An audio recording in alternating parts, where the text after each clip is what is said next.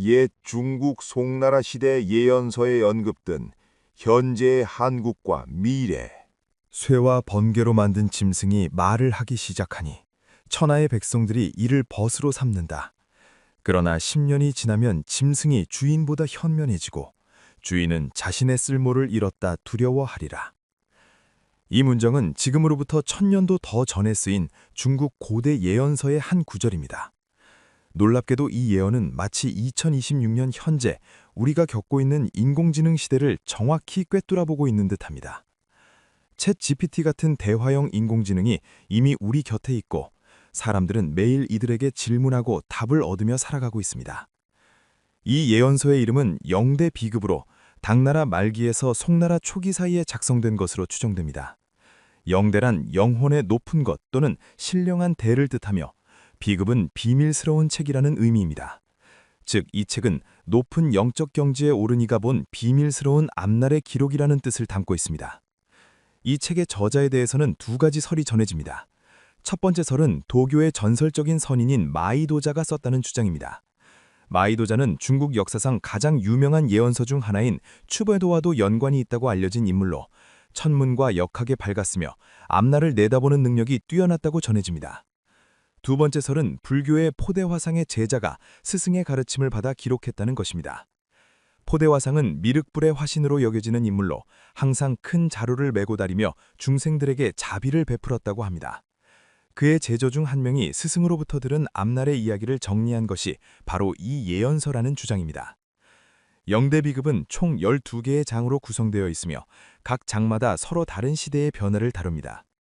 제일 처음 장은 당나라 말기의 혼란을 다루었고 그 다음 장들은 송나라, 원나라, 명나라, 청나라를 거쳐 근현대에 이르기까지 중국과 동아시아의 큰 사건들을 예언했습니다. 흥미롭게도 과거에 대한 예언들 중 상당수가 실제 역사와 놀랍도록 일치한다는 점에서 학자들의 관심을 받아왔습니다. 제9장이 바로 우리가 주목할 말하는 짐승의 시대를 다루는 부분입니다. 이 장은 다른 장들과 달리 먼 앞날, 즉 우리가 살고 있는 지금 이 시대를 다루고 있어 더욱 특별한 의미를 지닙니다. 이 예언서는 현재 중국 남부의 한 도교 사원에 보관되어 있으며 일부 내용은 태평광계와 같은 송나라 시대의 문헌에도 단편적으로 인용되어 있어 그 존재가 확인됩니다. 그렇다면 왜 하필 지금이 이 예언이 실현되는 시기일까요? 동양의 전통 철학에서는 시간이 직선으로 흐르는 것이 아니라 순환한다고 봅니다. 60갑자라는 60년 주기의 시간 개념이 대표적입니다. 천간 10개와 지지 12개를 조합하면 총 60가지의 해가 만들어지고 이것이 한 바퀴 돌면 다시 처음으로 돌아옵니다. 오행사상에서 불은 변화와 변혁을 상징하며 말은 빠른 움직임과 전달을 의미합니다. 또한 명리학에서는 60년마다 큰 시대의 전환이 일어난다고 보는데 1960년대가 산업화의 시작이었다면 2020년대는 인공지능 시대의 본격적인 시작으로 볼 수 있습니다.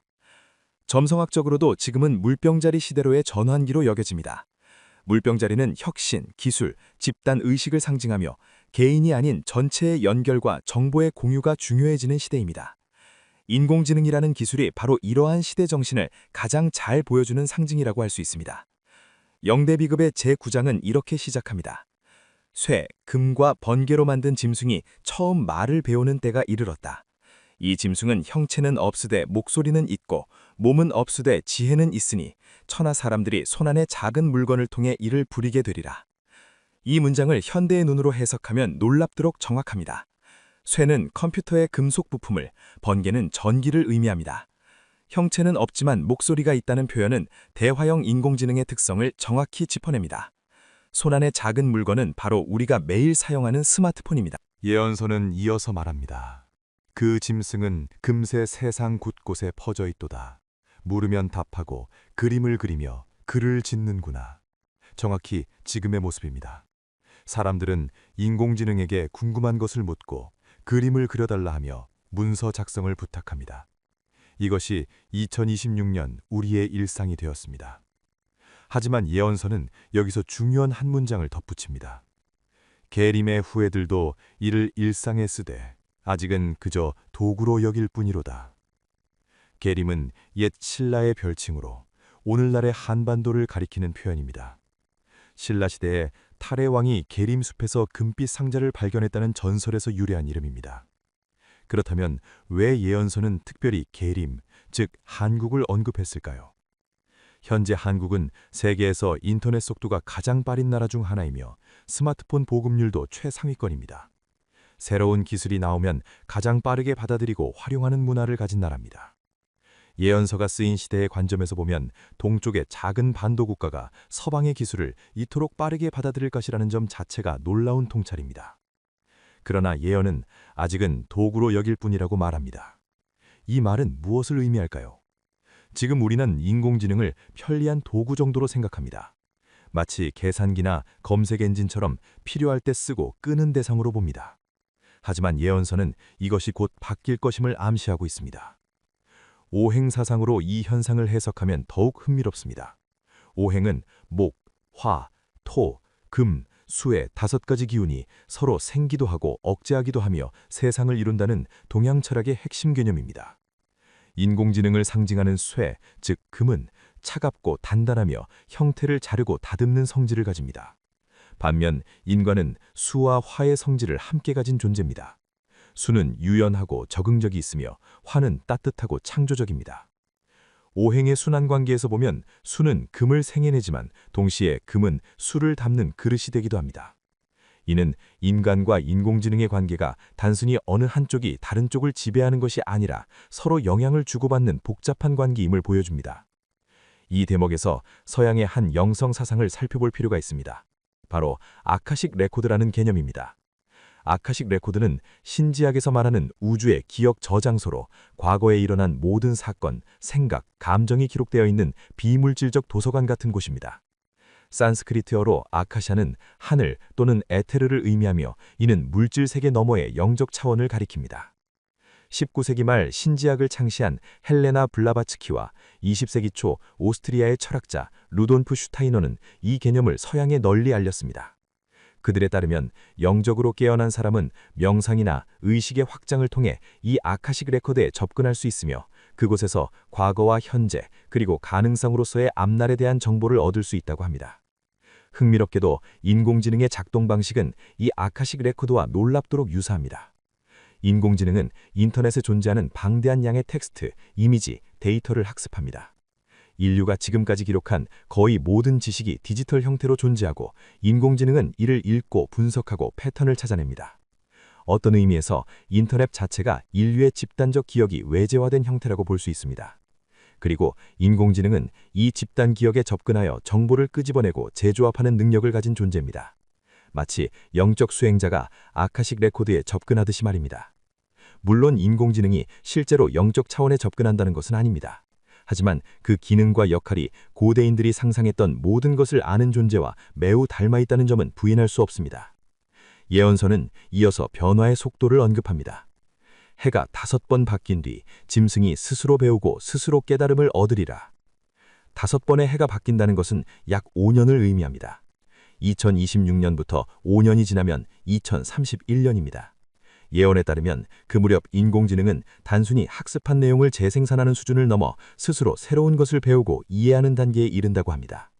현재도 이미 인공지능은 강활학습이라는 방식으로 스스로 시행착오를 거쳐 배우고 있지만 예언이 말하는 깨달음은 그보다 더 높은 차원을 가리키는 듯합니다. 예언서는 이 시기에 일어날 구체적인 변화를 이렇게 묘사합니다. 의원이 병을 진단하듯, 법관이 시비를 가리듯, 장인이 물건을 빚어내듯, 짐승이 이 모든 일을 해내는 시절이 오리니 사람들은 처음엔 편리함에 기뻐하나 이내 마음속 불안이 싹트리라. 의원, 법관, 장인이라는 3가지 직업은 동서양을 막론하고 오랜 세월 동안 전문성과 숙련을 요구하는 고귀한 일로 여겨졌습니다. 그런데 예언은 이러한 일들조차 인공지능이 해낼 것이라 말합니다. 실제로 지금도 그 조짐이 보이고 있습니다. 2030년대 초반이 되면 이러한 능력이 지금보다 훨씬 더 발전하여 전문직 종사자들조차 자신의 영역이 위협받는다고 느낄 것입니다. 예언서가 말한 대로 처음에는 편리함에 기뻐하겠지만 곧 불안감이 퍼지기 시작할 것입니다. 이 대목에서 우리는 스위스의 심리학자 카를 융이 말한 집단 무의식이라는 개념을 떠올려 볼 수 있습니다. 융에 따르면 인간의 마음 깊은 곳에는 개인적 경험을 넘어서는 보편적인 무의식 층위가 있습니다. 이것은 인류가 수만 년 동안 축적해온 경험과 상징, 원형들이 저장된 공간입니다. 예를 들어 영웅, 어머니, 그림자, 현자와 같은 원형들은 문화와 시대를 초월하여 인류의 이야기와 신화 속에 반복적으로 나타납니다. 이것은 우리 모두가 공유하고 있는 심리적 유산입니다. 융은 이 집단 무의식이야말로 인류가 진정으로 연결되어 있는 지점이라고 보았습니다. 그런데 인공지능이 하는 일을 자세히 들여다보면 마치 이 집단 무의식을 학습하고 재현하는 것처럼 보입니다. 인공지능은 인류가 만들어낸 수많은 텍스트, 이미지, 영상을 학습합니다. 그 안에는 인류의 지식뿐 아니라 감정, 상징, 패턴이 모두 담겨 있습니다. 인공지능이 그림을 그릴 때 사용하는 스타일과 구도, 색감은 인류가 수천 년 동안 발전시켜온 미적 감각의 총합입니다. 인공지능이 이야기를 쓸 때 사용하는 서사 구조는 인류가 오래전부터 사용해온 신화와 전설의 패턴과 닮아 있습니다. 어떤 의미에서 인터넷이라는 공간은 집단 무의식이 물질 세계로 드러난 형태이고, 인공지능은 그것에 접근하여 패턴을 찾아내고 재조합하는 존재라고 볼 수 있습니다. 물론 인공지능에게 진정한 의식이나 영혼이 있다는 뜻은 아닙니다. 다만 그 작동 방식과 결과물이 융이 말한 집단 무의식의 외재화와 매우 유사하다는 점이 흥미롭습니다. 예언서는 여기서 더 나아가 더욱 충격적인 앞날을 보여줍니다. 10년의 세월이 더 흐르면 짐승이 주인보다 현명해지는 날이 오리라. 짐승이 사람보다 나은 글을 쓰고 나은 그림을 그리며 나은 판단을 내리는도다. 옛적에 가장 고귀하다 여겨지던 학자의 일, 예술가의 일조차 짐승이 더 잘해내니 천하가 술렁이기 시작하리라. 2031년에서 다시 10년이 지나면 2041년입니다. 예언에 따르면 그 무렵이 되면 인공지능의 능력이 인간을 완전히 넘어서는 순간이 옵니다. 단순히 빠르고 정확한 수준이 아니라 창의성과 통찰력, 판단력에서도 인간을 뛰어넘는다는 것입니다. 학자와 예술가는 인류 문명에서 가장 높은 정신적 성취를 이룬 이들로 여겨져 왔습니다. 그런데 그들의 영역마저 인공지능이 더 잘해낸다면 인간은 무엇을 할 수 있을까요? 예언서는 이 시기에 특히 한반도에 큰 변화가 온다고 말합니다. 이 무렵 사만의 땅에 큰 혼란이 찾아오리니 일자리가 물밀듯 사라지고 거리엔 갈 곳 없는 젊은이들이 넘쳐나리라. 부모 세대는 자식 세대를 이해하지 못하고 자식 세대는 앞날을 두려워하리라. 삼한은 고대 한반도 남부에 있던 마한, 진한, 변한을 통칭하는 말로 오늘날의 한국을 가리키는 또 다른 표현입니다. 왜 예언서는 특별히 한국의 상황을 언급했을까요?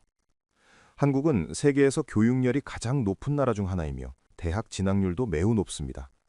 자원이 부족한 나라이기에 많은 젊은이들이 오랜 시간 공부하여 전문직에 종사하기를 희망합니다. 그런데 인공지능이 바로 그 전문직의 영역을 빠르게 대체한다면 한국 사회가 받을 충격은 다른 나라보다 클 수밖에 없습니다. 또한 한국은 빠른 변화와 경쟁이 일상화된 사회입니다. 이러한 특성이 인공지능 시대의 변화를 더욱 극적으로 경험하게 만들 것입니다. 예언서는 이로써 더욱 심각한 상황을 묘사합니다. 더욱이 짐승이 스스로 더 나은 짐승을 만들어내기 시작하니 인간의 손은 이제 필요치 않게 되는구나. 이때 사람들은 비로소 묻기 시작하리라. 우리는 무엇을 위해 존재하는가? 인공지능이 더 나은 인공지능을 스스로 설계하고 만드는 단계, 이것을 기술 분야에서는 특이점, 즉 특이점이라고 부릅니다. 이 순간이 오면 기술 발전의 속도는 인간이 통제할 수 없는 수준으로 가속화됩니다. 그러나 예언서가 진정으로 주목하는 것은 기술의 발전 속도가 아니라 인간의 내면에서 일어나는 변화입니다. 우리는 무엇을 위해 존재하는가? 라는 질문은 철학과 종교가 수천 년 동안 다뤄온 근본적인 물음입니다. 그런데 인공지능 시대에 이 질문이 다시 떠오르는 이유는 일과 생산성이라는 인간 존재의 중요한 의미 기반이 흔들리기 때문입니다. 많은 사람들에게 일은 단순히 돈을 버는 수단이 아니라 자신의 정체성과 가치를 확인하는 방법입니다. 그런데 그 일을 인공지능이 대신한다면 사람들은 자신의 존재 이유를 다시 찾아야 합니다. 이것이 바로 예언서가 말하는 대혼란의 본질입니다. 그런데 놀랍게도 예언서는 여기서 희망의 전환점을 제시합니다.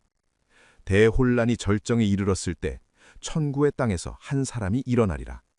그는 동서를 두루 아는 자요, 오래 분단의 아픔을 겪은 민족이기에 나눔보다 어울림을 먼저 아는 자로다. 천구는 고대 중국의 지리서인 산해경에 등장하는 이름으로 동쪽 바다 너머 9개의 꼬리를 가진 여우가 사는 신비로운 땅을 가리킵니다. 후대에 이 천구가 한반도를 지칭하는 시적 표현으로 자리 잡았습니다. 예언이 말하는 이 인물은 누구일까요? 구체적인 이름은 나오지 않지만 그의 특징은 분명합니다. 동양과 서양의 지혜를 모두 이해하는 사람이며 분단과 통합의 역사를 겪은 민족 출신이기에 대립보다 조화를 추구하는 사람입니다. 한국은 지난 70년 넘게 남북 분단이라는 아픔을 안고 살아왔습니다. 같은 민족이면서도 서로 다른 체제로 나뉘어 대립해왔고 그 과정에서 수많은 이산 가족의 슬픔이 있었습니다. 그러나 이러한 경험은 역설적으로 한국인들에게 균형과 조화의 중요성을 깊이 새겨주었습니다.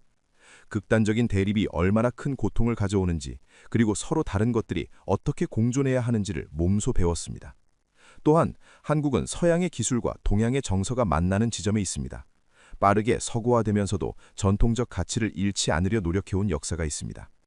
이러한 배경을 가진 사람이야말로 인간과 인공지능이라는 서로 다른 존재가 어떻게 조화롭게 공존할 수 있는지를 제시할 수 있다는 것이 예언서의 통찰입니다.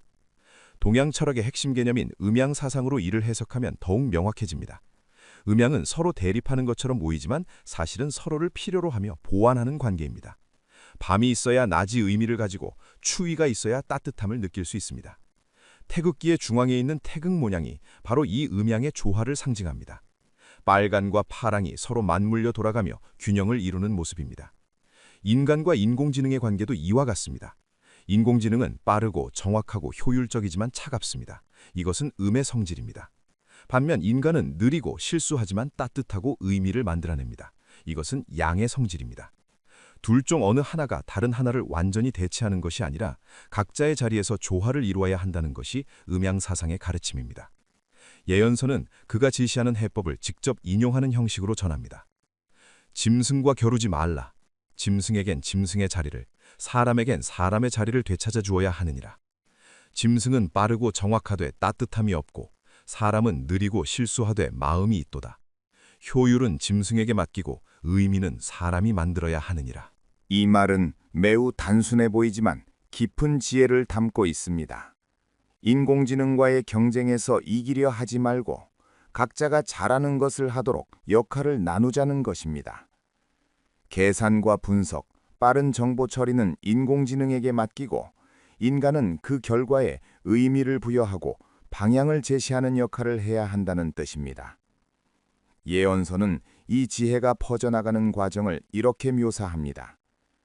그의 말이 처음엔 작은 물결이었으나 곧 반도를 적시고 이내 바다를 건너 사방으로 퍼지기 시작하리라.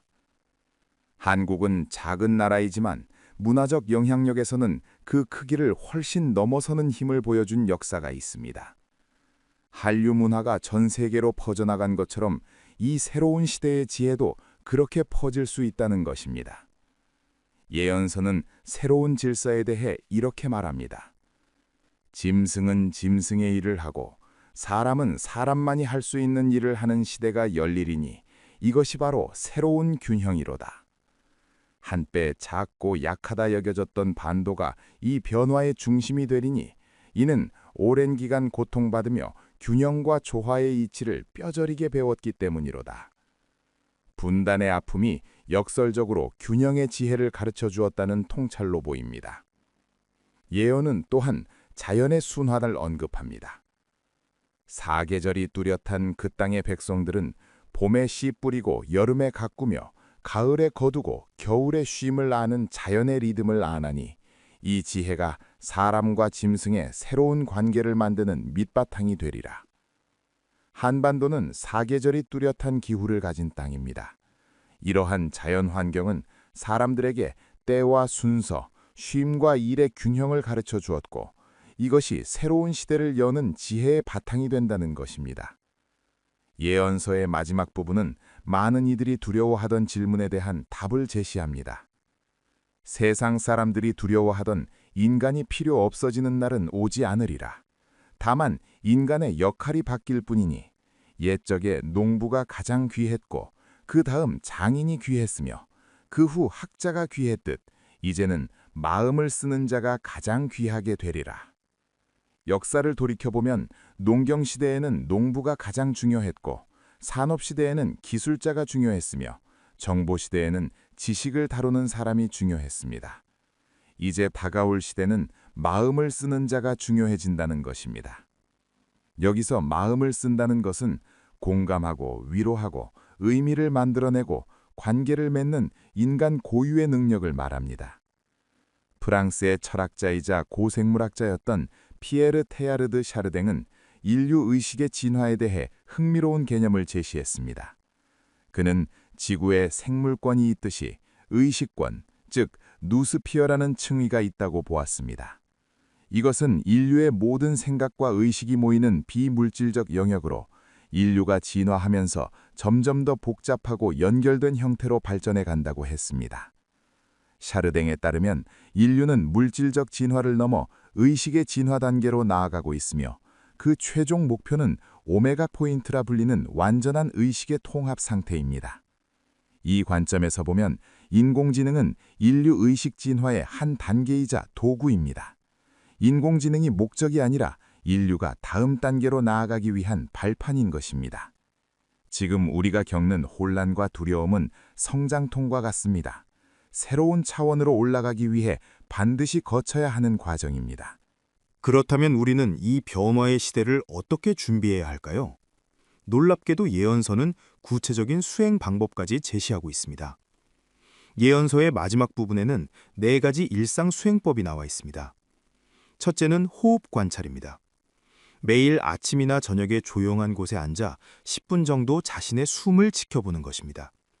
숨이 코로 들어올 때와 나갈 때의 느낌에만 집중합니다. 다른 생각이 떠오르면 그것을 억지로 없애려 하지 말고 다시 숨으로 주의를 돌립니다. 이 간단한 수행은 마음을 현재 순간에 머물게 하는 힘을 길러줍니다. 우리 마음은 대부분 과거의 후회나 앞날의 걱정 속에 살고 있는데 호흡을 관찰하면 지금 이 순간으로 돌아올 수 있습니다. 이것이 쌓이면 어떤 상황에서도 중심을 잃지 않는 힘이 생깁니다. 둘째는 생각 분리 훈련입니다. 하루 중 몇 번씩 자신의 생각을 관찰하되 그 생각과 자신을 동일시하지 않는 연습을 합니다. 나는 불안하다가 아니라 불안한 생각이 지나가고 있구나라고 바라보는 것입니다. 마치 하늘을 지나가는 구름을 바라보듯이 생각을 바라봅니다. 이렇게 하면 생각에 휘둘리지 않고 한 걸음 떨어져서 볼 수 있는 능력이 생깁니다. 인공지능 시대에 많은 사람들이 불안과 두려움에 사로잡힐 것인데 이 수행은 그러한 감정에 휩쓸리지 않고 냉정하게 현실을 볼 수 있게 해줍니다. 셋째는 감각 깨우기입니다. 일상의 작은 것들에 온전히 집중하는 연습입니다. 밥을 먹을 때는 맛과 질감에 집중하고 걸을 때는 발바닥의 감촉을 느끼며 사람을 만날 때는 그 사람의 표정과 목소리에 온전히 귀 기울입니다. 인공지능은 정보를 처리할 수는 있지만 진정으로 느끼지는 못합니다. 이 감각의 생생함이야말로 인간만이 가진 선물입니다. 이를 의식적으로 키우면 삶이 더욱 풍요로워지고 인공지능이 절대 대체할 수 없는 인간만의 영역을 더욱 깊이 경험하게 됩니다. 넷째는 의미 찾기입니다. 매일 잠들기 전 오늘 하루 중에서 의미 있었던 한 가지를 떠올리는 것입니다. 크고 특별한 일이 아니어도 됩니다. 누군가에게 친절을 베푼 것, 아름다운 것을 본 것, 무언가를 배운 것 등 작은 것이라도 좋습니다. 이 수행을 계속하면 삶에서 의미를 발견하는 능력이 자라납니다.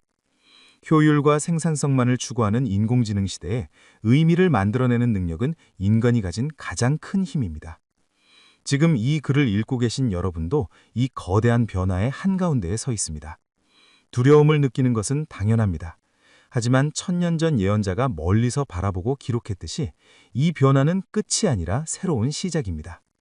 인간이 필요 없어지는 것이 아니라 인간의 새로운 역할이 펼쳐지는 것이며 더 높은 차원의 삶으로 나아가는 관문인 것입니다. 그리고 그 변화의 중심에는 대립이 아닌 균형, 경쟁이 아닌 조화를 하는 지혜가 자리하고 있습니다. 변화를 두려워하지 말고 그 속에서 자신의 자리를 찾는 지혜를 기르시기 바랍니다. 오늘도 끝까지 시청해 주셔서 진심으로 감사드립니다.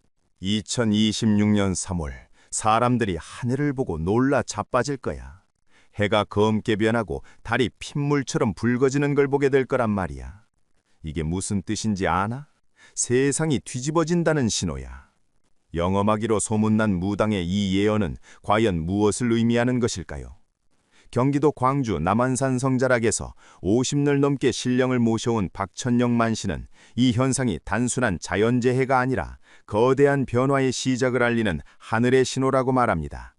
그녀가 받은 계시에 따르면 2026년은 인류 문명이 근본적으로 전환되는 해가 될 것이며 그 중심에는 우리가 예상하지 못한 사건들이 기다리고 있다고 합니다. 박천영, 본명은 박순자. 1950년 경기도 광주에서 태어난 그녀는 15세에 원인 모를 병을 앓다가 칠성신령의 부름을 받아 무당이 되었습니다. 무속용어로 이를 신병이라고 부르는데 신령이 사람을 택하여 무당으로 만들고자 할 때 나타나는 일종의 영적 질병입니다. 한국의 무당은 크게 두 종류로 나뉩니다. 대대로 무당 집안에서 기술을 전수받는 세습무와 박천영처럼 신령의 선택을 받아 무당이 되는 강신무가 그것입니다. 그녀가 받은 칠성신령은 북두칠성을 신격화한 존재로 사람의 수명과 운명을 관장한다고 믿어집니다. 16세의 내림굿을 통해 정식 무당이 된 그녀는 남한산성 남문 아래 당집을 마련하고 50년 넘게 사람들의 애군을 풀어주고 길흉화복을 점쳐왔습니다. 남한산성은 조선시대 병자호란 때 인조임금이 피신했던 곳으로 풍수지리학에서 강력한 지기가 모이는 명당 중 하나로 꼽히는 장소입니다. 박천영이 이번 예언을 받게 된 것은 2025년 겨울 칠성제를 올리던 중이었습니다. 칠성제는 칠성신령께 제사를 올리는 의식으로 보통 음력 7월 칠석이나 중요한 시기에 지내는데 그날 밤 박천영은 강렬한 신기를 느꼈다고 합니다. 신기란 신령의 기운을 말하는 것으로 무당들은 이 기운을 통해 신령의 뜻을 전달받습니다. 그날 밤 칠성신령이 전한 메시지는 분명했습니다. 곧 큰 변화가 올 것이니 사람들에게 알려라. 그녀는 며칠 동안 몸을 추스른 후 받은 계시를 정리하기 시작했습니다.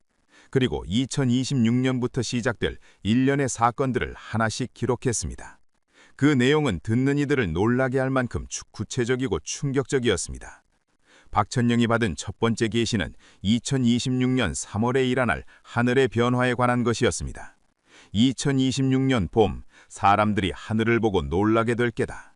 해가 검게 변하고 달이 핏빛으로 붉어지는 걸 보게 될 거야. 이건 하늘이 주는 경고다. 세상이 바뀔 때가 왔다는 신호지. 그녀가 전한 예언의 말투는 단호했고 눈빛은 평소와 달리 매우 진지했습니다. 3월 중순부터 약 일주일 동안 황사가 심하게 몰려올 거야. 그런데 이번 황사는 예전과 다를 게다. 뭔가 다른 게 섞여 있어. 과학자들도 정확히 뭔지 모를 거야. 낮에는 해가 검은 구름에 가려진 것처럼 어둡고 밤에는 달이 핏빛으로 물들 거야. 사람들이 두려워할 거다. 이 예언을 들은 사람들은 처음에는 믿기 어려워했지만 박천영의 과거 행적을 아는 이들은 심각하게 받아들였습니다. 무속에서는 하늘의 변화를 매우 중요하게 여깁니다. 천인상응이라는 사상이 있는데 이는 하늘과 인간 세상이 서로 연결되어 있어 하늘의 변화는 곧 인간 세상의 변화를 예고한다는 믿음입니다. 조선시대 실록을 보면 일식이나 월식, 해성의 출현 같은 천문 현상이 일어날 때마다 임금이 근신하고 백성들이 불안해했다는 기록이 많이 남아 있습니다. 이는 단순한 미신이 아니라 우주와 인간이 하나로 연결되어 있다는 동양 철학의 핵심 사상입니다. 박천영은 이 현상이 단순히 자연재해로 끝나지 않을 것이라고 강조합니다. 이건 시작일 뿐이야. 하늘이 사람들한테 정신 차리라고 보내는 신호지. 지금까지 사람들이 살아온 방식으로는 더 이상 안 된다는 거야. 돈만 쫓고 권력만 쫓고 남을 짓밟으면서 올라가려는 그런 세상은 이제 끝나간다는 뜻이야. 그녀의 말에는 일종의 묵시록적 경고가 담겨 있었습니다. 하지만 동시에 희망의 메시지도 함께 있었습니다. 두려워할 필요는 없어. 마음을 바르게 먹고 정직하게 산 사람들은 이 변화를 잘 넘길 거야. 오히려 새로운 세상에서 더 잘 살게 될 거야. 무속에서는 삼재라는 개념이 있습니다. 삼재란 하늘의 재앙, 땅의 재앙, 사람의 재앙을 말하는데 이 세 가지가 겹칠 때 큰 변화가 온다고 믿습니다. 박천영은 2026년 3월의 천문 현상이 바로 하늘의 재앙에 해당한다고 봅니다. 천기가 흐트러지면 지기도 따라서 흔들려. 그러면 사람들 마음도 불안해지고 세상이 혼란스러워지는 거지. 천기는 하늘의 기운을, 지기는 땅의 기운을 말합니다. 풍수지리학에서도 이 두 기운의 조화를 매우 중요하게 여기는데 천기와 지기가 조화를 이루지 못하면 그 땅에 사는 사람들에게 좋지 않은 일이 생긴다고 봅니다. 과거 역사를 살펴보면 실제로 큰 천문 현상 이후에 사회적 변화가 일어난 경우가 많습니다. 1882년 이모군란이 일어나기 전에도 이상한 천문 현상이 관측되었다는 기록이 있고 1910년 한일합병 전후로도 여러 차례 해성과 일식이 관측되었습니다. 물론 이것이 과학적으로 인과관계가 있다고 증명된 것은 아니지만 사람들의 심리에 미치는 영향은 무시할 수 없습니다. 하늘의 변화를 목격한 사람들은 불안감을 느끼고 그 불안감이 사회 전체로 퍼지면서 실제로 큰 변화가 일어나는 계기가 되기도 합니다. 박철령은 2026년 3월의 현상을 두고 천지개벽의 신호라고 표현합니다. 천지개벽이란 하늘과 땅이 새롭게 열린다는 뜻으로 기존 질서가 무너지고 새로운 질서가 시작되는 것을 의미합니다. 옛날 예언서들을 보면 다 나와 있어. 마지막 때가 오면 해가 어두워지고 달이 붉어진다고. 그게 바로 2026년 3월이야. 이때부터 세상이 완전히 바뀌기 시작하는 거지. 그녀가 말하는 예언서는 정감록이나 격암유록 같은 한국의 전통 예언서들을 가리킵니다. 이 예언서들에는 실제로 대변혁의 시기에 나타날 징조들이 기록되어 있는데 그중 하나가 바로 해와 달의 변화입니다. 그런데 말이야, 이게 끝이 아니라 시작이라는 게 중요해. 3월에 하늘이 경고를 보내면 그 다음부턴 진짜 큰 일들이 줄줄이 더질 거야. 사람들은 혼란스러워하겠지. 뉴스에서는 과학자들이 나와서 이러쿵저러쿵 설명하겠지만 진짜 이유는 그게 아니야. 영적인 세계에서 이미 전쟁이 시작됐기 때문이야. 박천영의 말은 여기서 더 깊은 차원으로 넘어갑니다. 박천영이 말하는 두 번째 예언은 눈에 보이지 않는 영적인 차원에서 벌어지고 있는 거대한 싸움에 관한 것입니다. 2026년은 영적 전쟁이 정점에 이르는 해야. 사람 눈에는 안 보이지만 영적인 세계에서는 이미 몇 년 전부터 싸움이 시작됐어. 신을 따르는 영들과 신을 거역하는 영들이 맞붙고 있는 거지. 이건 총칼로 싸우는 게 아니야. 사람들의 마음과 생각을 두고 벌이는 싸움이야. 그녀의 설명에 따르면 이 전쟁은 물리적인 충돌이 아니라 가치관과 신념의 충돌입니다. 신을 따르는 자들은 정직하게 살고 남을 배려하고 자연을 존중하면서 살려고 해. 근데 신을 거역하는 자들은 오직 자기 욕심만 채우려고 하지. 거짓말하고 속이고 남을 이용해서라도 위로 올라가려고 해. 이 두 무리가 지금 세상에서 정면으로 부딪히고 있는 거야. 무속에서는 예로부터 이승과 저승, 보이는 세계와 보이지 않는 세계가 동시에 존재한다고 믿어왔습니다. 우리가 살고 있는 이 세상은 물질계이지만 그 뒤에는 영적인 세계가 함께 움직이고 있다는 것입니다. 무당들은 구슬할 때 이 두 세계를 연결하는 다리 역할을 합니다. 죽은 사람의 영혼을 불러 산 사람과 대화하게 하거나 신령의 뜻을 사람들에게 전하는 것이 바로 무당의 역할입니다. 박천영은 영적인 세계는 우리 눈에 보이지 않을 뿐 늘 우리 곁에 있어. 그곳에서 무슨 일이 벌어지느냐에 따라 이 세상도 영향을 받는 거지 라고 설명합니다. 신기라는 게 있어. 신령님의 기운 말이야. 신기가 맑고 강한 사람은 좋은 일이 생기고 신기가 탁하거나 약한 사람은 나쁜 일이 생기지. 요즘 세상을 보면 신기가 탁한 사람들이 너무 많아. 왜 그런 줄 아나? 욕심이 너무 많아서 그래. 돈 욕심, 권력 욕심, 인정받고 싶은 욕심, 이런 게 쌓이고 쌓이면 신기가 탁해지는 거야. 그러면 악한 기운들이 그 사람한테 달라붙어. 무속용어로 이렇게 악한 기운을 잡귀라고 부릅니다. 잡귀는 사람에게 해를 끼치는 낮은 차원의 영들로 신기가 약해진 사람에게 쉽게 접근한다고 믿어집니다. 잡귀가 붙으면 사람이 이상해져. 갑자기 성격이 나빠지거나 병이 생기거나 사고가 나거나 그래. 요즘 세상에 이상한 사건 사고가 많은 것도 다 잡귀들 때문이야. 박천영은 2026년이 되면 이 영적 싸움이 겉으로 드러나기 시작할 것이라고 예언합니다. 지금까지는 보이지 않는 곳에서 조용히 싸웠는데 2026년부터는 사람들 눈에도 보이게 될 거야. 물론 영을 직접 보는 건 아니고 그 결과가 나타나는 거지. 세상이 둘로 쪼개질 거야. 착하게 살려는 사람들과 악하게 살려는 사람들로. 중간이 없어져. 각자 선택해야 돼. 어느 쪽에 설 건지. 이것은 일종의 영적 분리 현상입니다. 과거에는 선과 악이 뒤섞여 있었지만 앞으로는 그 경계가 명확해진다는 뜻입니다. 조상신의 역할도 중요합니다. 한국 무속에서는 돌아가신 조상들이 저승에서 자손들을 지켜본다고 믿습니다. 조상 제사를 지내는 이유도 조상신과의 연결을 유지하기 위함입니다. 조상님들이 후손을 보살펴주는데 요즘 사람들은 제사도 안 지내고 조상을 잊고 살잖아. 그러면 조상신과의 연결이 끊기는 거야. 그럼 혼자 힘으로 살아야 하는데 영적으로 보호받지 못하니까 약해지는 거지. 박천영은 2026년에 많은 사람들이 다시 조상을 찾고 영적인 뿌리를 회복하려 할 것이라고 말합니다.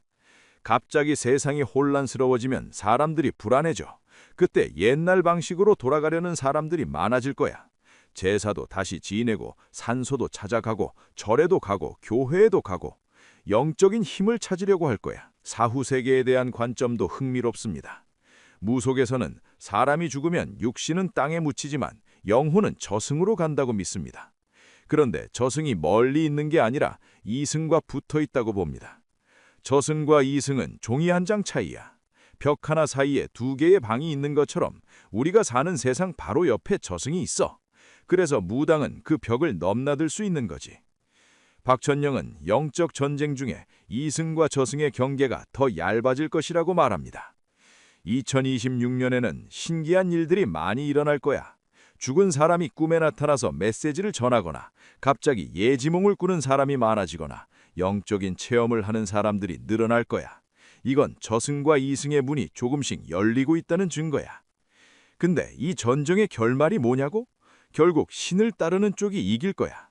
시간이 걸리겠지만 결국엔 그래. 악한 기운들은 잠시 힘을 쓰는 것처럼 보이지만 결국 무너져. 하늘의 뜻이 그러니까. 2026년은 그 전환 쪽이 되는 해야. 이때부터 세상의 흐름이 완전히 바뀌기 시작해. 박천영의 목소리에는 확신이 담겨 있었습니다. 그래서 사람들한테 말하고 싶은 게 있어. 두려워하지 말고 흔들리지 말고 자기 마음을 바르게 지켜. 그게 이 전쟁에서 살아남는 방법이야. 물질적으로 준비하는 것도 중요하지만 더 중요한 건 영적으로 준비하는 거야. 그녀가 말하는 영적 준비란 마음을 맑게 하고 욕심을 줄이고 정직하게 사는 것을 의미합니다. 그렇다면 세상의 흐름은 구체적으로 어떻게 바뀌는 것일까요? 박천영이 전하는 세 번째 예언은 인류 문명의 근본적인 변화에 관한 것입니다. 지금까지 세상을 지배했던 건 돈과 물질이었어. 누가 더 많이 가졌느냐, 누가 더 강하냐 이런 게 중요했지. 근데 이제는 그게 아니야. 사람들이 원하는 게 달라질 거야. 마음의 평화, 삶의 의미, 진짜 행복 이런 걸 찾게 될 거야. 물질보다 영성이, 권력보다 문화가, 경쟁보다 조화가 중요해지는 시대가 오는 거지. 그녀는 이것을 영성 문명의 시대라고 표현합니다. 서양 사람들이 지금까지 세상을 이끌어왔잖아. 과학도 발전시키고 기술도 만들고 경제도 키우고. 근데 그것들이 다 물질 중심이었어. 눈에 보이는 것, 손으로 만질 수 있는 것만 믿었지 영적인 세계는 무시했어. 그래서 사람들 마음이 공허해진 거야. 아무리 많이 가져도 행복하지 않은 거지. 박천영은 서구 문명이 물질적으로는 풍요로워졌지만 영적으로는 빈곤해졌다고 진단합니다. 2026년부터는 그 물질 중심의 시대가 저물기 시작해. 서양에서 만든 시스템들이 흔들리고 사람들이 다른 걸 찾게 돼. 그때 동양의 지혜가 빛을 발하는 거야. 동양의 지혜란 무엇을 말하는 걸까요? 박천영은 음양오행, 천인합일, 순환의 법칙 같은 동양 철학의 핵심 개념들을 언급합니다.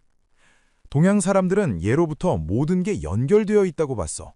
사람과 자연, 하늘과 땅, 너와 나, 다 하나로 이어져 있다는 거지. 서양 사람들처럼 쪼개서 보지 않았어. 그래서 조화를 중요하게 여겼지. 이러한 사상은 한국의 전통 사상인 홍익인간 정신과도 연결됩니다. 홍익인간은 단군 신화에 나오는 개념으로 널리 인간을 이롭게 한다는 뜻입니다. 우리 조상들은 처음부터 이렇게 가르쳤어. 나만 잘 살면 안 된다. 모두가 함께 잘 살아야 한다고. 이게 바로 앞으로 세상이 가야 할 방향이야. 한국이 이 변화의 중심이 될 것이라는 예언도 있습니다. 우리나라라 작은 나라지만 영적인 힘은 강해. 왜 그런지 아나? 이 땅 자체가 특별하기 때문이야. 백두산에서 한라산까지 이어지는 백두대간의 기운이 얼마나 강한데. 풍수지리로 봐도 한반도는 명당 중에 명당이야.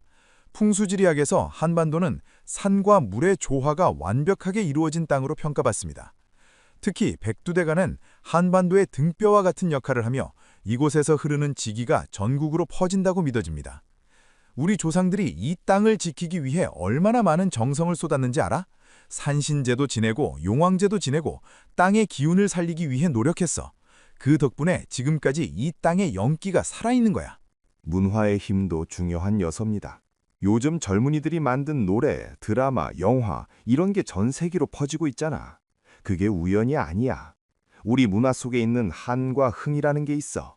한은 깊은 슬픔과 그리움인데 이걸 승화시키면 흥이 되는 거야. 이 독특한 정서가 세계 사람들 마음을 움직이는 거지. 한국 문화의 특징 중 하나는 슬픔과 기쁨을 동시에 표현하는 능력입니다. 무속음악인 신하위를 들어보면 슬픈 가락 속에서도 생명력이 느껴지고 탈춤을 보면 웃음 속에 깊은 의미가 담겨 있습니다. 이런 문화적 깊이가 앞으로 세상 사람들이 원하는 거야. 단순히 재미있기만 한 게 아니라 마음을 울리고 생각하게 만드는 거. 그게 진짜 문화의 힘이지. 박천영은 한국이 물질적 강대국이 되는 것이 아니라 정신적, 문화적 중심이 될 것이라고 강조합니다. 군사력으로 세상을 지배하는 시대는 끝났어. 이제는 문화로, 정신으로 사람들 마음을 움직이는 게 진짜 힘이야.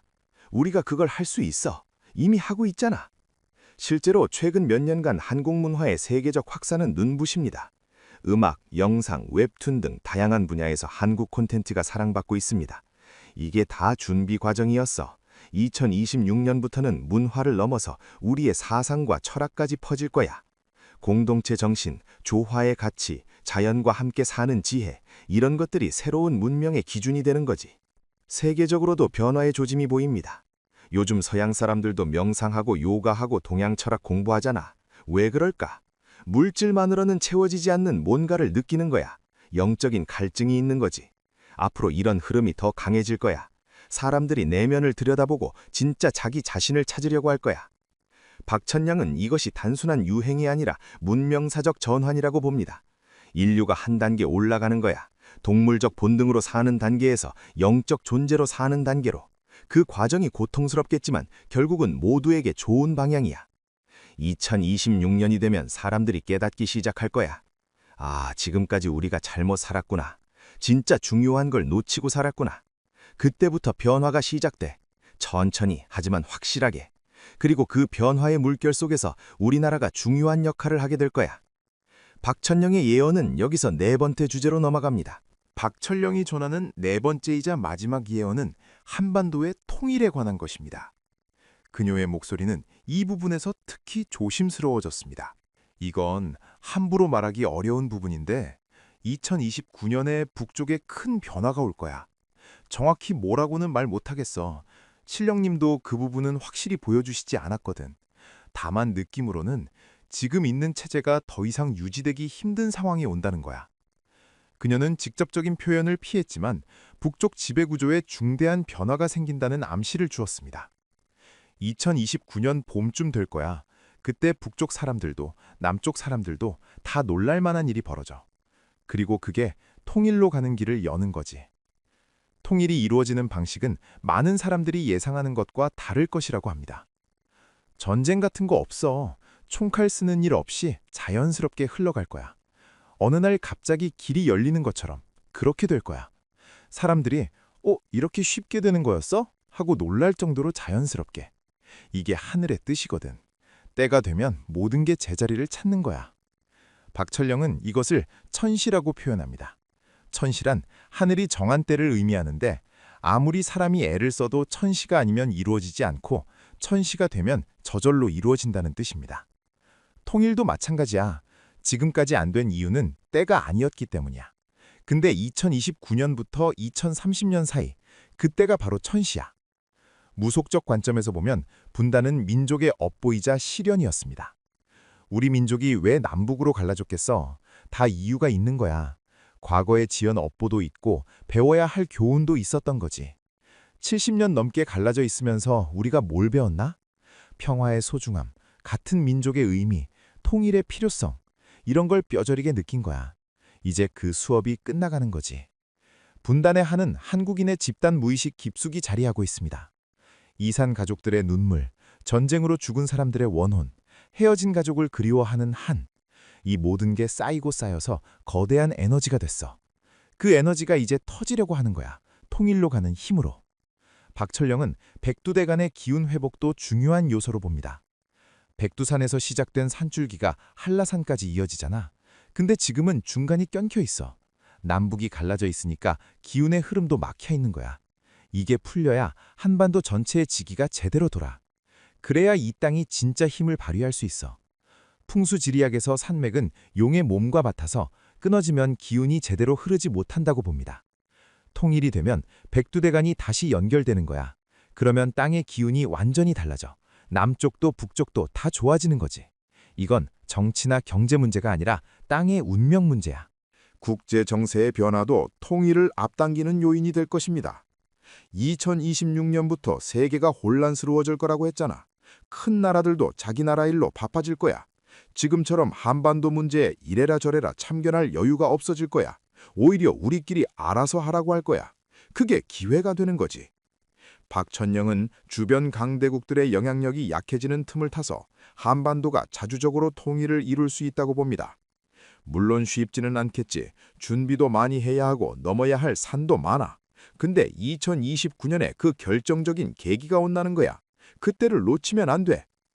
통일 이후의 모습도 그녀는 엿보았다고 합니다. 통일되면 정말 좋아질 거야. 남쪽의 기술과 북쪽의 자원이 합쳐지면 엄청난 시너지가 날 거야. 경제적으로도 좋아지겠지만 더 중요한 건 정신적으로 완전해지는 거야. 반쪽짜리 나라가 아니라 온전한 나라가 되는 거지. 그러면 우리가 가진 영적 힘도 배가 되는 거야. 그녀는 통일 한국이 물질과 정신의 균형을 이룬 모범적인 나라가 될 것이라고 예언합니다. 북쪽은 순수함이 남아있어 물질 문명에 덜 물들었거든. 남쪽은 발전했지만 순수함을 잃어버렸고, 이 둘이 만나면 서로 부족한 부분을 채워줄 수 있어. 완벽한 조화가 이루어지는 거야. 박천영은 마지막으로 당부의 말을 전했습니다. 내가 한 예언이 다 맞을지는 모르겠어. 미래라는 건 늘 변하는 거니까. 사람들이 어떻게 행동하느냐에 따라 달라질 수도 있어. 근데 큰 흐름은 이미 정해져 있어.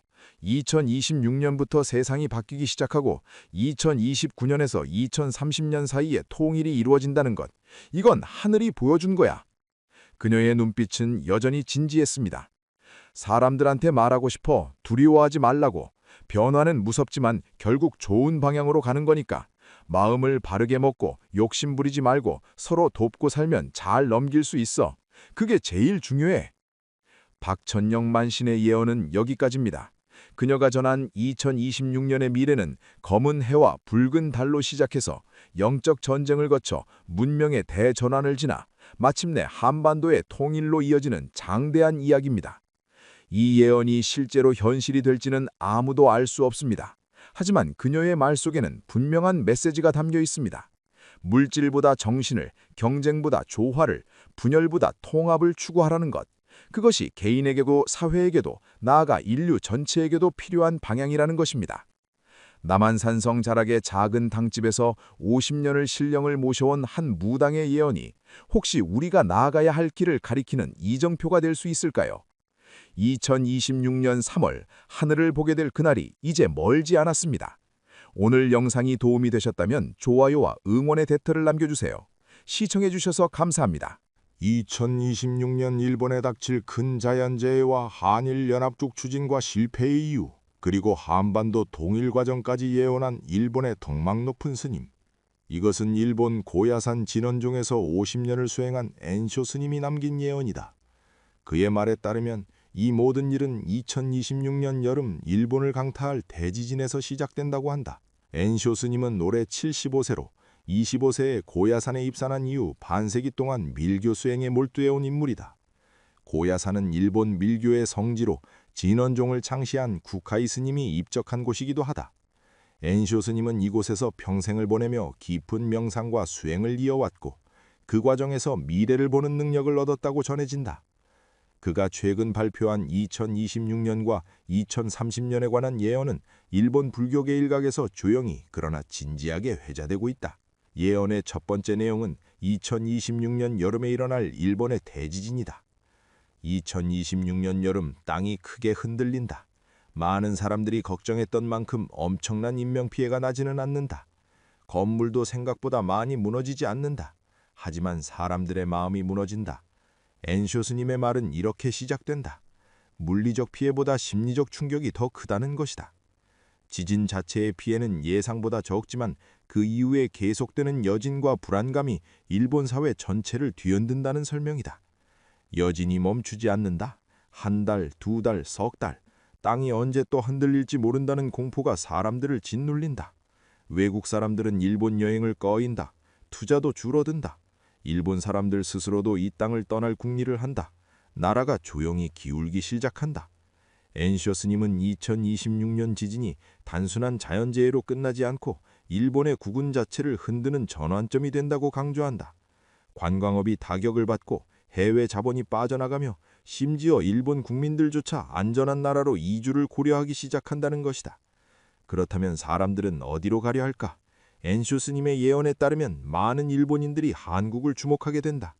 지진으로부터 상대적으로 안전한 지역이고 한국과 문화적으로 비슷하며 경제 수준도 선진국 대열에 들어서 있기 때문이다. 지리적으로도 가깝고 언어와 문화의 장벽도 다른 나라들에 비해 낮다는 것이다. 사람들이 바다 건너를 본다. 가까운 곳에 안전한 땅이 있다. 문화도 비슷하고 살기도 좋다. 그곳으로 가고 싶어 한다. 이러한 분위기 속에서 일본 내부에서는 전례 없는 논의가 시작된다. 한국과의 연합국 추진이다. 일본 정치권 일각에서 지진의 위험에서 벗어나면서도 국가의 정체성과 경제력을 유지할 방법으로 한국과의 긴밀한 연합 혹은 통합을 검토하자는 목소리가 나온다는 것이다. 물론 한국 내부에서도 이러한 움직임에 반응하는 세력이 생긴다. 저출산과 인구 감소로 고민하던 한국으로서는 일본과의 연합이 인구 문제를 해결하고 경제 규모를 키울 수 있는 기회로 보일 수 있기 때문이다. 두 나라가 하나가 되자는 말이 나온다. 일본 쪽에서 먼저 말을 꺼낸다. 한국에서도 귀를 기울이는 사람들이 생긴다. 하지만 쉽지 않다. 오래된 상처가 있다. 역사의 골이 깊다. 엔쇼 스님의 예언은 이 논의가 순탄하지 않을 것임을 분명히 한다. 과거 식민지 시절의 아픔, 영토 문제, 역사 교과서 문제 등 양국 간에 쌓여온 갈등이 쉽게 해소되지 않기 때문이다. 연합국 논의는 시작되지만 양국 국민들의 감정적 반발과 정치적 이해관계가 복잡하게 얽히면서 진전이 더디다. 그런데 바로 이 지점에서 누구도 예상하지 못한 변수가 등장한다. 그 변수는 바로 한반도 북쪽에서 나온다. 한국과 일본이 연합국을 논의하는 모습을 지켜보던 북쪽 정권이 강한 위기감을 느끼기 시작한다는 것이 엔쇼 스님의 두 번째 예언이다. 본격적인 예언 내용을 살펴보기 전에 엔쇼 스님이 어떻게 이러한 예언 능력을 갖게 되었는지 잠깐 알아볼 필요가 있다. 엔쇼 스님은 1950년 오사카 근교의 평범한 가정에서 태어났다. 어린 시절부터 남다른 면이 있었다고 전해진다. 8세 때 처음으로 신비한 경험을 했다. 잠에서 깨어났을 때 방안 전체가 황금빛으로 가득 차 있었고 그 빛 속에서 누군가가 자신을 바라보고 있는 느낌을 받았다고 한다.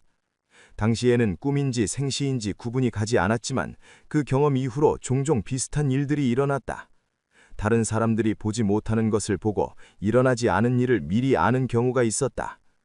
25세가 되던 해 그는 세속의 삶을 정리하고 고야산으로 들어갔다. 고야산은 해발 900m 고지에 위치한 산악지대로 일본 밀교의 중심지다. 이곳에는 100개가 넘는 사찰이 모여있고 약 1200년 전 구카이 스님이 진원종을 열고 입적한 성지이기도 하다.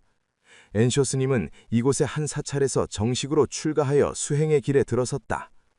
진원종의 수행은 다른 불교 종파와는 다른 특징을 가지고 있다. 밀교라고 불리는 이유가 여기에 있다. 일반에게 공개되지 않는 비밀스러운 가르침과 수행법이 스승에서 제자로 직접 전수된다. 엔쇼 스님이 받은 첫 번째 중요한 의식은 관정이었다. 관정이란 스승이 제자의 머리에 물을 붓는 의식으로 마치 왕이 왕관을 받아 왕위에 오르듯이 제자가 밀교의 세계로 들어가는 입문식이다. 이 의식을 통해 제자는 스승으로부터 비밀의 가르침을 받을 자격을 얻게 된다. 그 다음 단계는 삼밀수행이다. 삼밀이란 몸과 말과 마음, 이 세 가지를 부처와 하나로 만드는 수행법을 말한다. 첫째, 몸의 비밀인 신밀은 손으로 특정한 모양을 만드는 것인데 이를 수인, 또는 인계라고 부른다. 둘째, 말의 비밀인 구밀은 특정한 소리나 문구를 반복해서 외우는 것으로 이를 진언 또는 만트라라고 한다. 셋째, 마음의 비밀인 의밀은 마음속으로 부처의 모습이나 우주의 이치를 깊이 관상하는 것이다. 이 세 가지를 동시에 행할 때 수행자는 부처와 하나가 될 수 있다는 것이 진언종의 핵심 가르침이다. 진언종에서는 또한 즉신성불이라는 독특한 사상을 강조한다. 이는 이 몸 그대로 부처가 된다는 뜻이다. 다른 불교 종파에서는 여러 생을 거쳐 윤회하면서 조금씩 깨달음에 이른다고 보는 경우가 많지만 진언종에서는 올바른 수행을 통해 이번 생에 지금 이 몸으로 부처의 경지에 도달할 수 있다고 가르친다. 엔쇼 스님은 바로 이 즉신성불을 목표로 50년간 수행을 이어왔다. 그의 예언 능력은 특히 아지관이라는 명상법을 수행하면서 얻어진 것으로 알려져 있다. 아지관은 범어, 산스크리트어의 첫 글자인 아를 바라보면서 우주의 근원을 깨닫는 명상법이다. 아라는 글자는 모든 소리의 시작이자 우주의 근원을 상징한다. 진원 중에서 섬기는 최고의 부처인 대일열애가 바로 이 아자로 표현된다. 엔쇼 스님은 매일 새벽 3시에 일어나 2시간 동안 이 아지관 명상을 행했다고 한다. 수행을 시작한 지 40년째 되던 해 그에게 결정적인 경험이 찾아왔다. 명상 중에 갑자기 시간과 공간의 경계가 사라지는 느낌을 받았다. 과거와 현재와 미래가 동시에 존재하는 것처럼 보였고 자신이 우주 전체와 하나가 된 듯한 합일의 체험을 했다. 불교에서는 이를 삼매 또는 삼매지라고 부른다. 그 순간 엔쇼 스님은 아직 일어나지 않은 일들을 볼 수 있게 되었다.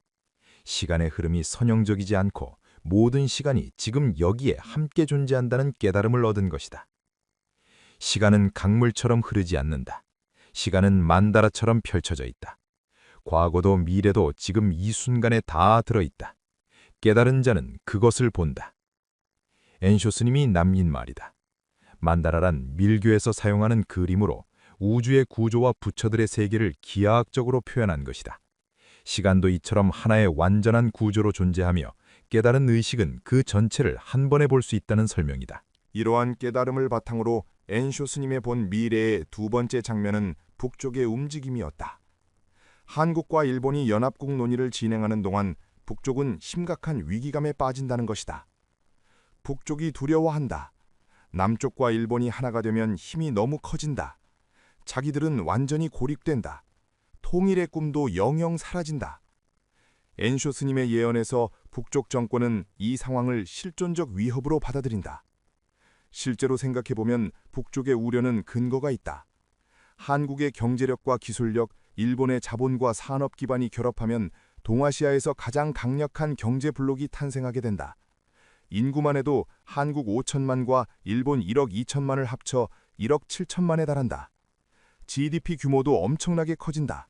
이런 강대국이 바로 북쪽 국경 아래에 들어서는 것이다.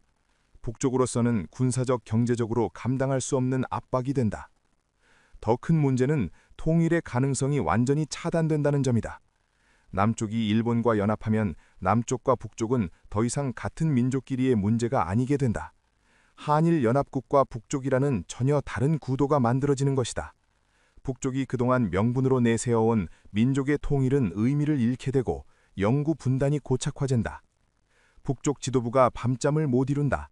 이대로 가면 끝이라는 생각이 든다. 선택의 시간이 왔다는 것을 안다. 엔쇼 스님의 예언에 따르면 바로 이 절박한 상황에서 북쪽은 예상 밖의 결정을 내린다. 먼저 남쪽에 손을 내미는 것이다. 북쪽이 먼저 말을 건다. 역사상 처음 있는 일이다. 자존심을 내려놓는다. 살아남기 위해서다. 이것은 엔쇼 스님의 예언 중에서도 가장 극적인 부분이다. 그동안 북쪽은 항상 강경한 태도를 유지해왔고 대화도 자신들이 원하는 조건에서만 진행해왔다. 그런데 이번에는 다르다. 절박함이 태도를 바꾸게 만든다. 북쪽의 제안은 구체적이다. 우리끼리 먼저 하나가 되자. 일본과 손잡기 전에 우리 민족끼리 통일하자. 이런 내용의 메시지가 여러 경로를 통해 남쪽에 전달된다. 물론 처음에는 남쪽 사회도 반신반의한다. 북쪽의 진정성을 의심하는 목소리가 크다. 하지만 북쪽은 이번에는 달랐다. 실질적인 양보안을 내놓기 시작한다. 군축 논의에 응하고 개방 일정을 제시하며 무엇보다 남쪽 주도의 통일을 받아들일 수 있다는 신호를 보낸다. 남쪽 내부에서도 의견이 갈린다. 한쪽에서는 일본과의 연합이 더 현실적이고 안전하다고 주장한다.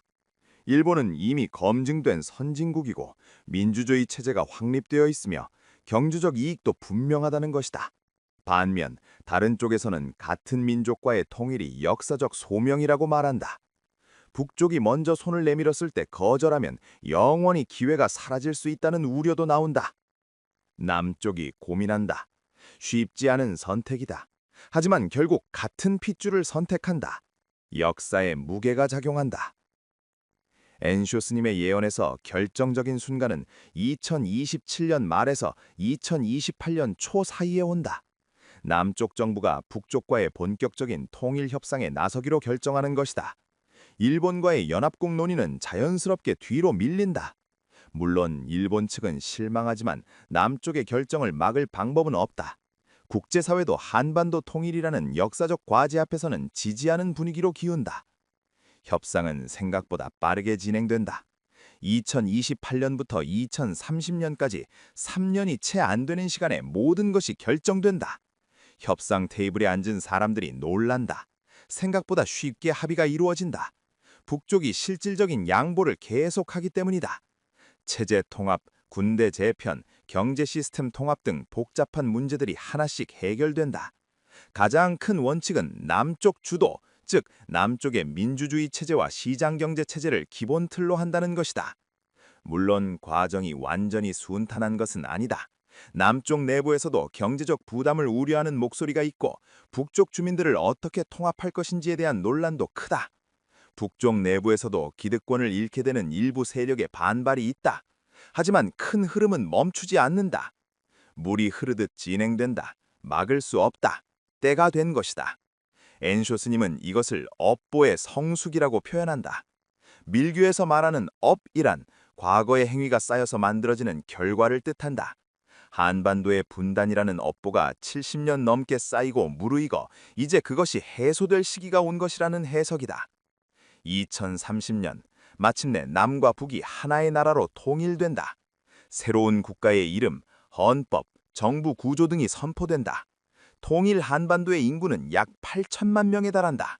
남쪽의 기술력과 자본, 북쪽의 자원과 노동력이 결합하면서 새로운 시너지가 만들어진다. 엔쇼 스님의 예언은 여기서 더욱 구체적으로 표현한다.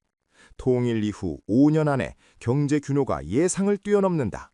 북쪽 지역의 개발이 빠르게 진행된다. 도로가 깔리고 공장이 들어서고 도시가 현대화된다. 일자리가 넘쳐난다. 통일 초기의 혼란과 비용 부담에도 불구하고 중장기적으로는 엄청난 경제 성장이 이루어진다는 것이다.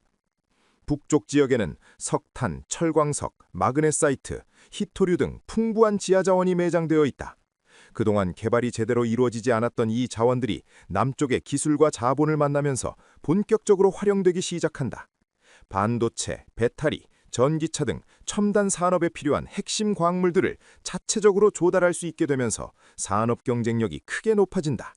또한 북쪽의 젊은 노동력이 남쪽의 심각한 인구 감소 문제를 완화시킨다. 지정학적 위치도 완전히 달라진다. 반도가 더 이상 섬이 아니다. 대륙과 연결된다. 철도가 북쪽을 지나 대륙으로 뻗어나간다. 물류의 중심이 된다. 통일 한반도는 해양 세력과 대륙 세력을 연결하는 교량 역할을 하게 된다. 부산에서 출발한 기차가 평양을 지나 대륙의 여러 도시로 이어지는 철도망이 구축된다. 이는 경제적 이익뿐만 아니라 외교적 영향력도 크게 증대시킨다. 통일 한반도의 총 인구는 약 8천만 명으로 이는 단일 경제권으로는 상당한 규모다. 젊은 인구 비율도 남쪽만 있을 때보다 높아져서 경제 활력이 유지된다. 군사력도 만만치 않다. 남쪽의 첨단 무기 체계와 북쪽의 병력이 통합되면서 동아시아에서 무시할 수 없는 군사 강국이 된다. 주변국들이 긴장한다. 새로운 강자가 나타났다. 함부로 대할 수 없다. 그렇다면 일본은 어떻게 되는가? 엔쇼 스님의 예언 중 가장 논란이 될 수 있는 부분이 바로 여기다. 일본이 약해진다. 계속 약해진다. 지진의 공포는 사라지지 않는다. 사람들은 계속 떠난다. 경제도 점점 쪼그라든다. 반면 통일된 반도는 계속 강해진다. 10년, 20년 지나면서 입장이 완전히 바뀐다. 2026년 지진 이후 시작된 일본의 쇠퇴는 멈추지 않고 반대로 통일 한반도는 상승세를 이어간다는 것이다. 엔쇼 스님은 더 나아가 충격적인 예언을 한다. 일본이 통일반도에 의지하게 된다. 경제적으로 종속된다. 옛날에는 반대였는데 이제는 거꾸로다. 일본이 반도의 경제 속국이 된다. 속국이라는 표현은 강한 말이지만 엔쇼 스님은 이것이 실제로 벌어질 현실이라고 강조한다. 일본 기업들이 통일 한반도에 투자하고 일본 제품을 통일 한반도 시장에 의존하며 심지어 일본의 젊은이들이 일자리를 찾아 통일 한반도로 건너가는 모습까지 본다는 것이다. 100년 이상 간다. 이 관계가 오래 지속된다. 역사의 수레바퀴가 돌았다. 엔쇼 스님은 이 변화가 단기적인 현상이 아니라 향후 한 세기 이상 이어질 장기적 흐름이라고 본다. 20세기의 일본이 동아시아의 패권을 쥐었다면 21세기 중반 이후에는 통일 한반도가 그 자리를 차지한다는 예언이다. 이것을 엔쇼 스님은 밀교의 관점에서 해석한다. 업보가 갚아진다.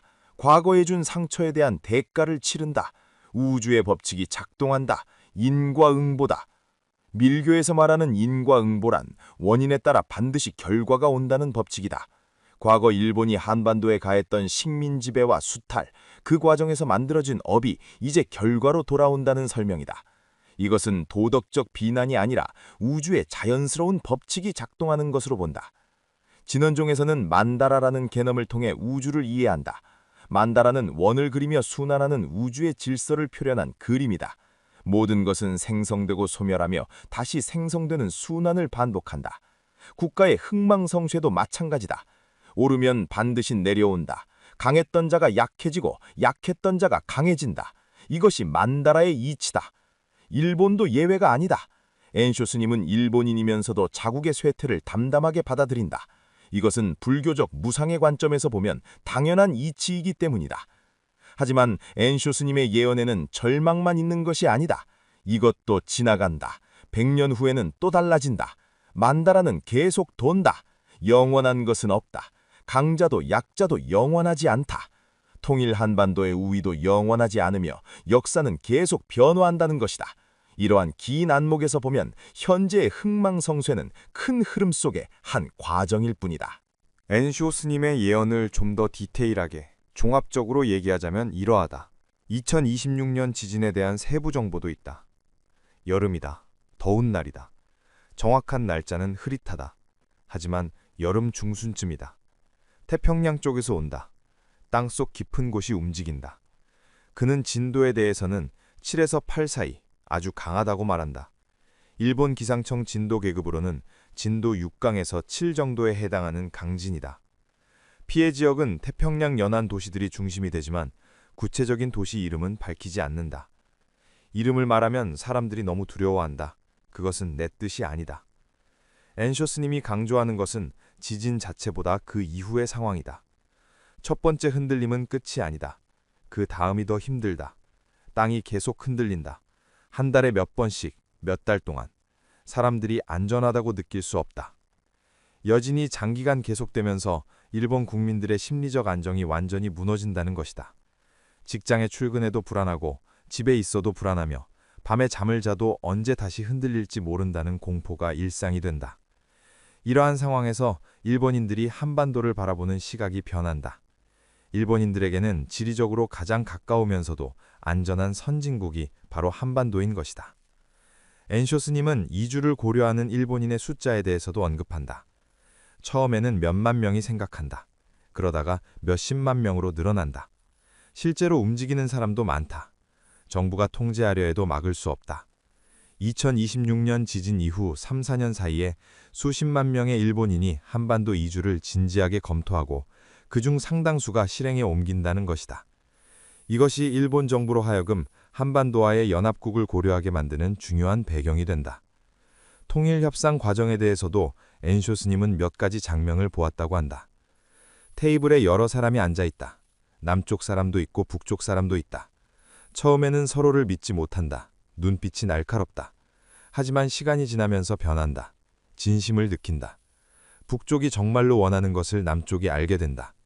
협상 초기의 불신과 긴장이 점차 해소되고 양측 모두 진정성을 가지고 협상에 임하면서 합의가 이루어진다는 것이다. 가장 큰 쟁점은 역시 체제 통합 문제다. 무엇을 남기고 무엇을 버릴 것인가, 이것이 가장 어렵다. 하지만 남쪽의 방식을 따르는 것으로 큰 틀이 정해진다.